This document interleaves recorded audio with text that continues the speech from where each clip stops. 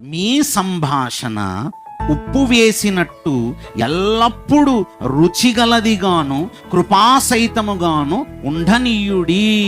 మీ మాట ఎలా ఉండాలో తెలుసా? మీరు మాట్లాడుతుంటే అలా రుచిగా అనిపించాలట, చప్పగా ఉండకూడదనమాట.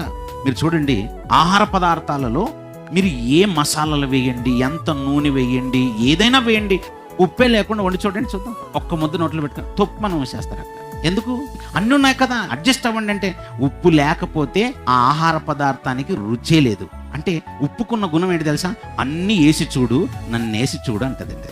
మీకు తెలుసా, లోకంలో ఎన్నో మాటలు ఉంటాయి, ఏవేవేవేవో లోకంలో మాట్లాడుకుంటారు. అన్ని మాట్లాడుకున్న తర్వాత అలా నీకు తెలిసిన వాక్యం అలా కొద్దిసేపు మాట్లాడి చూడు, అందరు నేను చూసి ఆశ్చర్యపోతుంటారు. ఇక్కడ నేర్చుకున్న ఒక్క మాట మీరు చెప్పినా బాగా వినాలనిపించిందండి, బాగా రుచిగా ఉందండి, ఎప్పుడు వినలేదండి అంటే నీ మాటకంత రుచి ఉండాలి.